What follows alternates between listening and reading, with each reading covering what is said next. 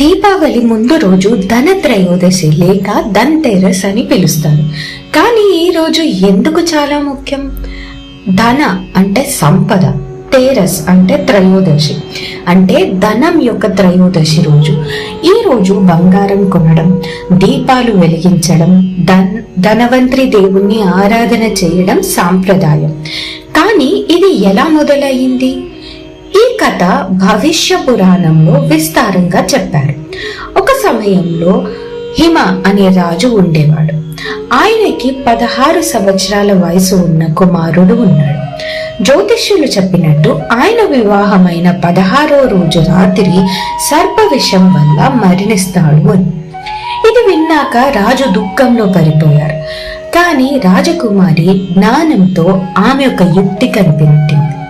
ఆ రోజు రాత్రి అంతా ఆమె ఇల్లు మొత్తం దీపాలు, బంగారం, రత్నాలతో ప్రకాశంతో నింపింది.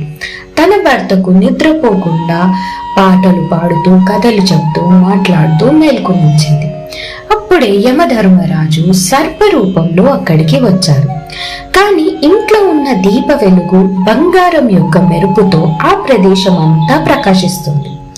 యముడు ఆ వెలుగు చూడగానే రత్నముల ప్రకాశంతో ఆకట్టుకునేలాగా ఆ గృహంలో ప్రవేశించలేకుండా అక్కడే దీపజ్యోతి దగ్గర కూర్చొని రాజకుమారి చెప్పే భక్తి పాటలను విని వెళ్ళిపోయాడు. అప్పుడు హిమకుమారుడు ప్రాణాలు రక్షించబడ్డాయి. ఆ రోజు నుండి ఈ దీపాలు వెలిగించే సాంప్రదాయం వచ్చింది. దీన్ని యమదీపదానం అని పేరు పొందారు.